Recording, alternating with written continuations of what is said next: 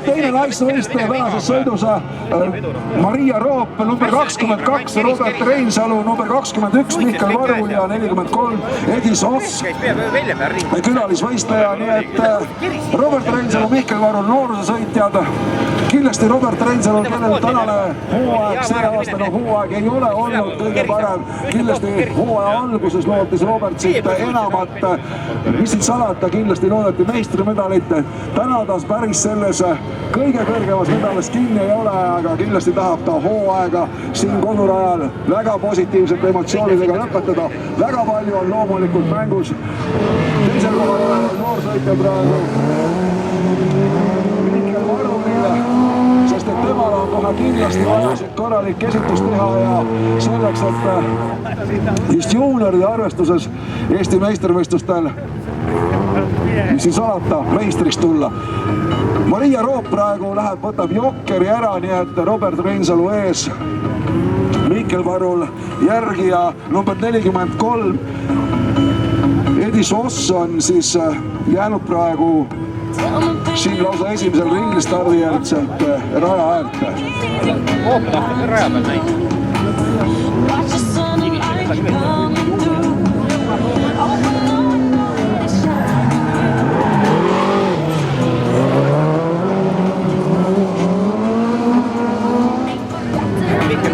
Mihkel Varul läheb praegu, võtab jokkeri ära.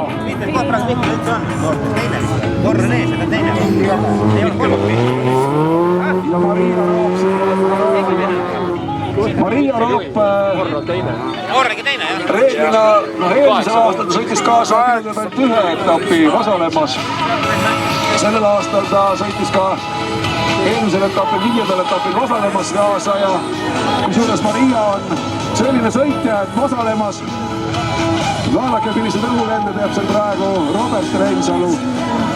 Seal taga, kus see väike selline trampliin. Ja tundub küll, et Robertil on praegu hea hoog üleval. Robert läheb, võtab jokkeri ja Mihkel tuleb siin järgi.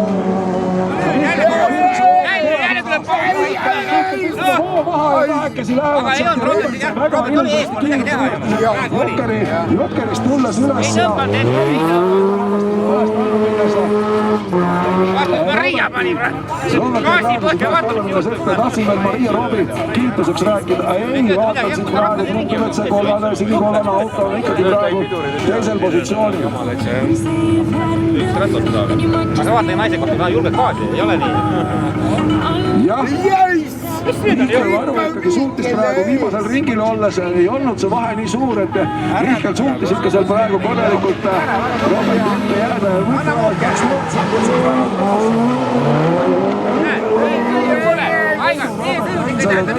ei olnud Roberti